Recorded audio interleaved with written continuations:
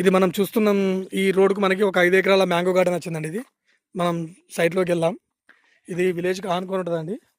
ఇది తోట అండి. ఇది మనకి ఇందులో 2 బోర్లు ఉన్నాయి. ఇది ఒక బోర్ అండి. ఇందులో మోటార్ పిడియలేదు మనకి. అక్కడ కూడా ఒక బోర్ ఉంది. మనకి ఇది 1 ఎకర్ వచ్చేసి 35 లాక్స్ చెప్తున్నాడండి. ఇది 5 ఎకరాల సైటు, మంచి తోట అండి. డ్రిప్ సిస్టమ్ ఉంది. అంతా ఎక్కడెక్కడ డ్రిప్ ఉందండి. మనకు 1 ఎకర్ వచ్చేసి 35 లాక్స్ చెప్తున్నాడండి. ఇది ఇప్పుడు పూత పూసిందండి. తోట చిన్న తోట కానీ పూత పూసింది. మనకు ఇది కోయడ మండల్కి వచ్చేసి ఎగ్జాక్ట్లీ మనకు ఒక 4 కిలోమీటర్ దూరంలో ఉంటుందండి. 4 నుంచి 5 కిలోమీటర్ దూరంలో ఉంటుంది సైట్. ఇది బీటీ రోడ్ బిటు. ఇది మనకి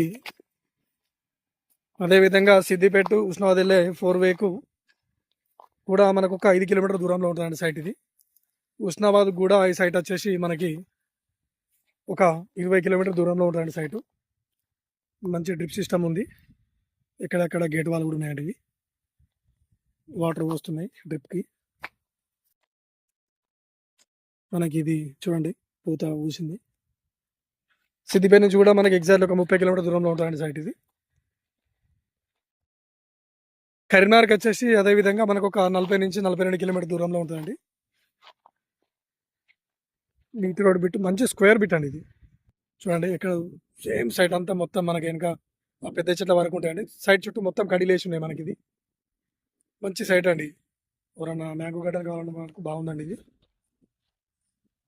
ఇలా వచ్చి నాకు గెస్ట్ హౌస్ కట్టుకుంటే సరిపోతుందండి. ఇది